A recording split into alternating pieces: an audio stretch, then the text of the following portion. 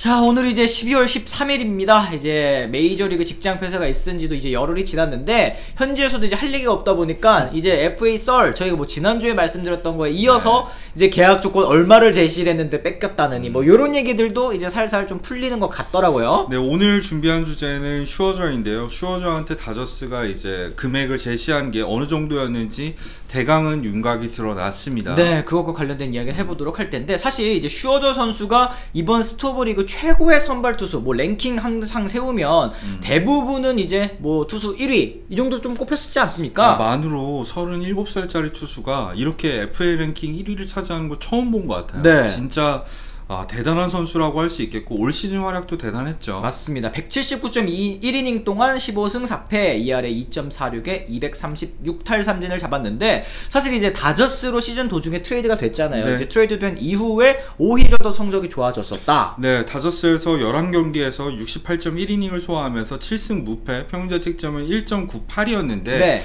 사실 마지막 주경기에서 2연속 5자책점이 아니었다면 슈어저의 다저스 시절 평균자책점은 1.2하로 내려가게 됩니다.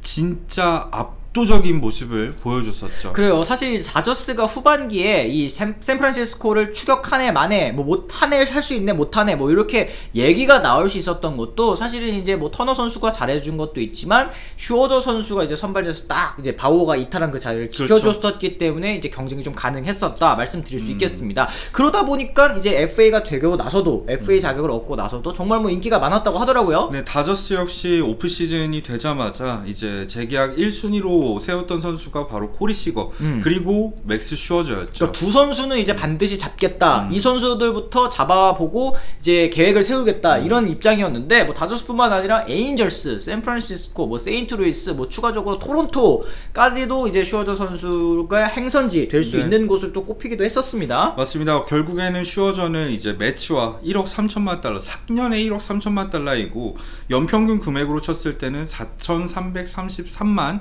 3,333달러. 네. 진짜 엄청난 금액이죠. 그러니까 이게 우리나라 돈으로 하면 500억이 훌쩍 넘는 금액이더라고요. 한 512억 정도 되는데, 메이저리그 역대 최고 연봉 신기록이다. 그 이전에는 애초에 4천만 달러 이상의 계약이 없었어요. 이 단연 계약으로 쳤을 때는. 바우어도 알고 보니까 아니었었죠. 그쵸? 슈어저가 처음으로 4천만 달러의 벽을 깼습니다. 맞습니다. 아까 뭐 슈어저 같은 경우에는 지금 뭐 연평균 다 4,333만, 뭐 뒤에 뭐 짜투리까지 이렇게 다 나눠놨는데, 바우어는 뭐 4,500만 하고 뒤에 이제 1,300만으로 했으니까 AAV. 연평균으로 쳤을 때는 아니잖아요. 이런 식으로 하면은 마지막에 뭐 5천만 달러 이렇게 하면 연봉 5천만 달러 선수 탄생한 건 아니잖아요. 맞습니다. 그런 식으로 저희가 말씀을 드린 거고요. 네, 결국에는 이 슈어저 선수의 마음을 돌릴 수 있었던 것, 이 매치가 압도적인 오퍼를 했기 때문이다. 저희가 이제 뭐 가우스만 컨텐츠에서도 말씀을 드렸었는데, 이 MLB 네트워크의 존 헤이먼 기자, 그리고 LA 타임스의 호르에 카스티오 기자가 다저스의 오퍼 내용을 또 공개를 했습니다. 다저스가 일단은 3년차 보장 계약을 주는 것을 거부했다고 하더라고요. 개런티 해주는 것에 뭐 디클라인 했다. 보장 계약이 아니라 뭐 2+1, 그러니까 2년 보장 계약에다가 1년은 팀 옵션 정도로 아마 예상이 되고 있습니다. 그렇습니다. 그러니까 이제 매치 같은 경우에는 똑같이 뭐 3년 계약을 제시를 했지만 이제 마지막 해 앞두고, 그러니까 2년차 끝나고 옵트아웃까지 붙여줬잖아요. 그렇죠. 옵트아웃. 그러니까 네가 선택할 수 있다. 우리는 3년을 보장할 건데 먼저 나갈 거면 네 선택에 달려있다 라는 거는 당연히 선수 입장에서는 땡큐죠. 그니까 이게 사실 만약에 2년차 시즌이 끝나고 나서 슈어저 선수가 성적이 너무 좋아요. 그러면은 4,300만 달러 이상 얻을 수 있겠다. 그렇죠. 1년 4,300만 달러 이상 얻을 수 있겠다 싶으면 이제 시장으로 다시 나갈 수 있는 거고. 맞아요. 성적이 좀 안 좋았어. 그럼 이제 마지막 매치에서 1년 4,300만 달러를 또 먹을 수 있는 그렇죠. 아주 선수 친화적인 계약이라는 점. 그런 면에서 봤을 때 다저스랑은 여기에서부터 일단 금액을 떠나서 차이가 많이 났었던 거죠. 그래요. 이제 FA 선수들, 특히 이제 노장 선수잖아요. 슈어저 같은 경우는 이런 경우에는 또 보장 기간도 굉장히 중요한 요소이기 때문에 슈어저 선수의 좀 마음이 여기서부터 좀 꼬였다. 두 번째는 역시 연평균 금액 얘기도 할 텐데, 다저스는 많아야 한 3,600만 달러 정도를 제시했을 거라고 얘기를 하더라고요. 그래요. 그러면 이제 매치와는 한 733만 달러 정도 차이가 나는 거니까, 이게 우리나라 돈으로 하면 그래도 꽤 많이 차이가 나잖아요. 3,600만 달러를 제시했다는 건 다저스도 당연히 잡을 생각이 있었다는 거지만, 사실 매치와 이게 거의 100억 정도 차이가 나는 상황에서 80억, 90억 이 정도인데. 당연히 다저스를 선택할 수는 없었겠죠. 맞습니다. 예, 금액 차이가 너무 컸다는 거죠. 그러니까 오히려 이 다저스의 오퍼, 그러니까 예를 들어서 좀 이 나온 걸로 봤을 때는 보장 계약으로만 봤을 때는 2년 7,200만 달러 정도라는 거잖아요. 네. 이제 그랬을 때는 매치와 차이가 엄청나게 많이 컸었고 심지어 다저스의 오퍼는 LA 에인절스보다도 뒤떨어졌다라는 얘기가 또 있었습니다. 그러니까 에인절스가 신더가드랑 로렌젠을 잡긴 했었지만 슈어저도 잡으려면 잡을 수 있는 의사가 분명히 있었다는 거죠. 그러니까 왜냐면 슈어저 같은 경우에는 어쨌든 단기 계약으로 잡을 수 있을 것이라는 이제 판단이 에인절스도 있었던 것 같아요. 그렇죠. 뭐 그랬을 때는 2년으로 똑같이 끊더라도, 왜냐면 이제 오타니 선수 FA가 또 2년 후니까 금액을 높였을 거라는 거죠. 금액을 높여서 한 4천만 달러 정도는 맞춰주려고 하지 않았을까라는 맞습니다. 이제 예상이 가능한 상황입니다. 자, 그랬을 때 다저스가 왜 큰 오퍼를 하지 않았을까? 뭐 몇 가지 추정이 가능하겠죠. 첫 번째는 정규 시즌 마지막 주 경기에서의 부진, 그리고 포스트 시즌 마지막 경기에서 결국엔 데드암 이슈로 인해서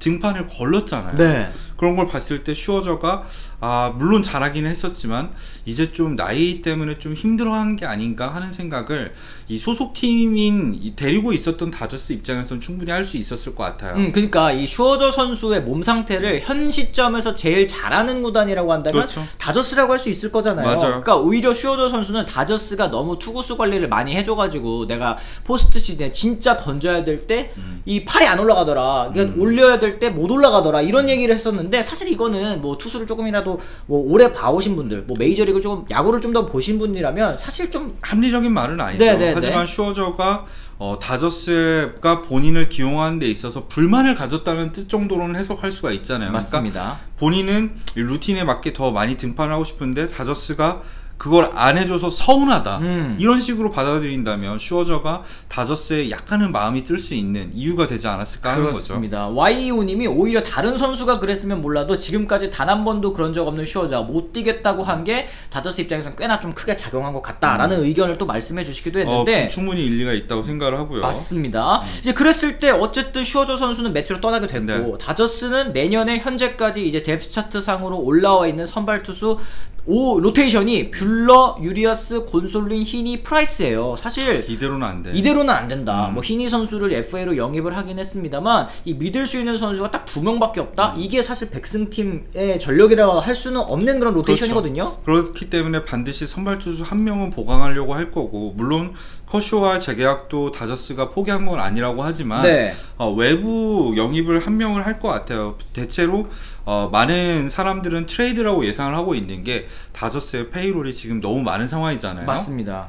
지금 다저스의 예상 페이롤이 2억 2,600만 달러입니다. 그러니까 이미 사치세 라인을 넘었어요. 사치세 기준선이 CBA가 갱신되지 않아서 확실하게 말씀을 못 드리겠습니다만은 올 시즌은 2억 1,000만 달러였거든요. 네. 이걸 넘어섰다는 거는 여기서 만약에 돈을 더 쓰면 3차 사치세 라인을 넘어서게 되고, 그랬을 때는 이제 50%의 가산세가 붙게 됩니다. 예를 들면 2,000만 달러짜리 선수를 영입하면은 3천만 달러를 주는 거나 다름없게 되는 거죠. 왜냐하면 1,000만 달러를 벌금으로 사무국에 내야 되니까. 그래요. 그러니까 이제 쓸 수 있는 돈이 그렇게 많지 않은 그런 상황에서 트레이드가 아무래도 조금 유력하다. 그랬을 때는 이제 영입 후보를 루이스 카스티오 선수, 뭐 신시내티의 루이스 계속 카스티오. 얘기가 나왔었죠. 네. 그리고 이제 오클랜드도 지금 이제 페이로를 덜어내려고 계속 트레이드 파트너를 알아보고 있는 상황 아닙니까? 프랭키 몬타스 선수도 이제 후보로 나오고 있는데 올 시즌 어느 정도 잠재력을 만개했거든요. 그렇죠. 지난 시즌부터 뭐 잘하기도 그렇죠. 했었고, 근데 이제 신시내티와의 트레이드는 뭐 에인절스도 지금 노리고 있는 그런 상황이라고 하니까 경쟁이 조금 치열할 것 같다. 그랬을 때 FA인 카를로스 로돈, 그러니까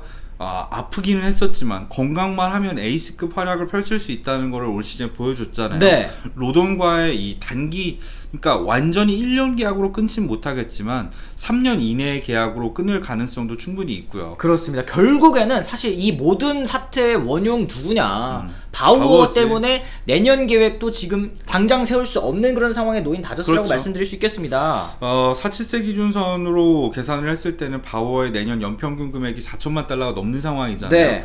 그런 상황에서 바우어가 만약에 징계를 먹으면 내년 시즌에 연봉을 안 줘도 되기 때문에 이거를 곧바로 선수 영입에 투여를 할 수 있는데 네. 만약 바우어가 올해랑 똑같이 이제 유급휴가와 다름없는 상황이 된다면은 다저스가 아무리 돈이 많아도 추가로 돈을 쓰기 상당히 부담스러워질 수가 있다는 거 그렇습니다. 말씀을 드립니다. 자, 지금 이제 어쨌든 다음 시즌을 대비하기 위해서는 선발 보강이 반드시 필수로 필요한 이 다저스 상황인데 아직까지는 뭐 크게 움직임이 없습니다. 뭐 당연히 직장 폐쇄 때문에 뭐 그렇죠. 움직임을 할 수 없는 그런 상황이긴 하지만 과연 이 프리드먼 사장이 어떻게 이 위기를 헤쳐나갈지, 진짜 2020 시즌, 2021 시즌이 다저스의 라스트 댄스가 될지 요거는 이제 내년 시즌 열어보기 전에 이 그렇죠. 남은 스토브 리그 때도 좀 계속 주목을 해봐야 될 부분이 아닌가 라는 맞습니다. 생각이 좀 듭니다. 자, 이렇게 해서 저희가 오늘은 다저스와 이제 슈어저의 이 계약 조건 좀 얘기를 해봤는데요. 이걸로만 보더라도 다저스가 지금 놓인 상황이 굉장히 좀 어렵다는 걸 알 수 있었어요. 맞습니다. 예, 쓸 수 있는 돈이 많지 않은 상황입니다. 예, 다저스가 프리드먼 단장한테는 진정한 시험대라는 얘기도 많잖아요. 어떤 식으로 헤쳐나갈지 좀 궁금합니다, 저도. 시험 때 그렇게 많이 넘었는데 아직도 남아있어. 끝도 계속 없지. 새로운 시험이 이게 또 인생 아니겠습니까? 맞아요. 매번 시험대에 오르는 것이 또 인생이라는 생각이 좀 듭니다. 이거 이제 프리드먼도 피할 수는 없는 숙명이다 라는 이제 말씀을 드리면서 오늘 컨텐츠는 좀 마무리 지어보도록 하겠습니다. 자, 저희가 오늘 준비한 콘텐츠는 여기까지고요. 저희는 또 내일 또 다른 이야기로 돌아오도록 하겠습니다. 지금까지 시청해주신 분들 모두 감사합니다.